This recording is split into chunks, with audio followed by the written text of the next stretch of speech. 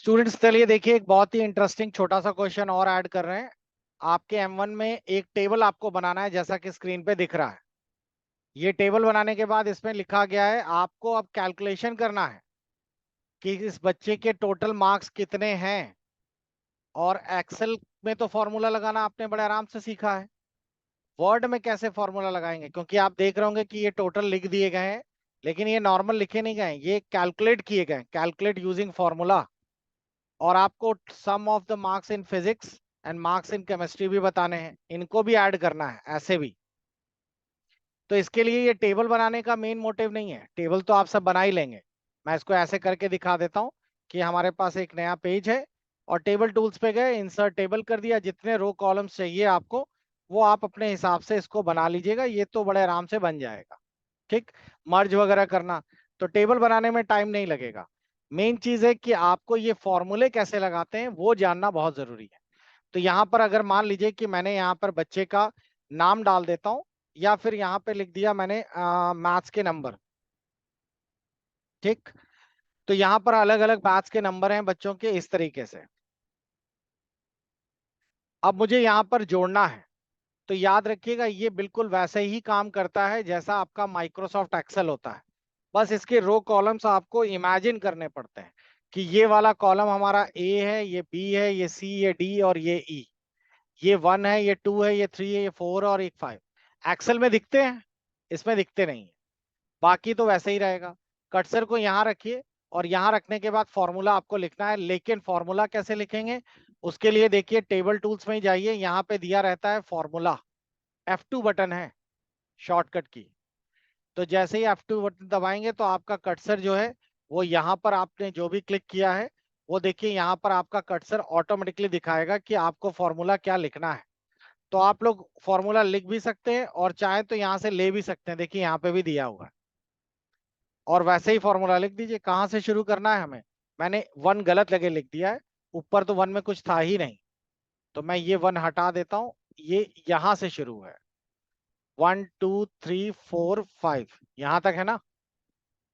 अब जरा बताइए कहाँ से जोड़ना शुरू करना है मेरे को। सबसे पहले मेरे को किसको जोड़ना है, A2 से जोड़ना है। तो यहाँ फॉर्मूला मैं क्या लिखूंगा, A2 रेशियो आखिरी कौन सा है, A4, और ब्रैकेट बंद कर दूंगा। ठीक है, और इसको टिक लगा दूंगा। यहाँ पे लिखकर आ रहा है एक्सप्रेशन फॉल्टी है, मैंने गलत फॉर्मूला लिख रखा है। मैंने गलत फॉर्मूला बच्चों क्या लिख रखा है, मेरे हिसाब से मैंने फॉर्मूला जो लिखा था वो गलती ये कर दी, मैंने प्योरली उसी तरीके से लिख दिया जैसे एक्सेल में है, इसमें ब्रैकेट्स का इशू रहता है।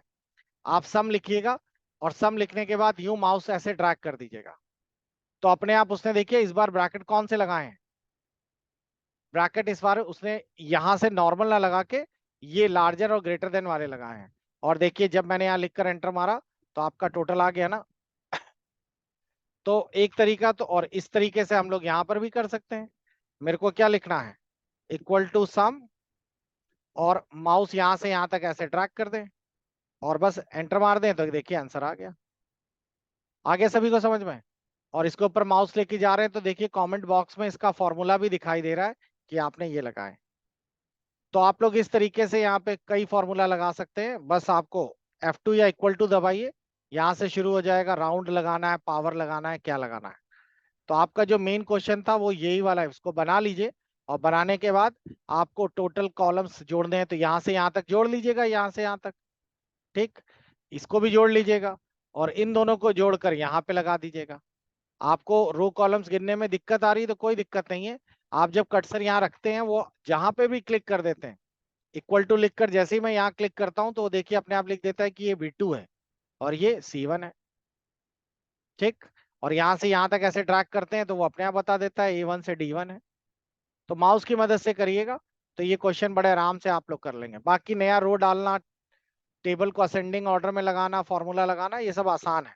असेंडिंग ऑर्डर लगाना बहुत इजी होता है बच्चों। सबको सिलेक्ट कर लीजिएगा यहाँ से यहाँ तक, पहले फॉर्मूला हटा दूं मैं। और आप लोग देखेंगे तो इसमें डेटा सॉर्ट करना, असेंडिंग डिसेंडिंग ये सब यहाँ दिया हुआ है। तो आप जैसे ही इसे क्लिक करेंगे पूछ रहा है ना कौन सा कॉलम असेंडिंग में लगाना है, नंबर 1 असेंडिंग या डिसेंडिंग, असेंडिंग। तो आपने देखा यहाँ से यहाँ तक असेंडिंग। अब क्योंकि फॉर्मूला लगा था तो ये गलती हो गई, तो हमें फॉर्मूला हटा देना चाहिए था, उसके या तो सिलेक्ट ना करते। तो आप देख रहे होंगे कि असेंडिंग ऑर्डर में लग गया है। क्लियर हुआ सभी को? तो बस अगला क्वेश्चन ये है आप लोगों का जो आपको प्रैक्टिकल करना चाहिए। अच्छा है, इंटरेस्टिंग क्वेश्चन है।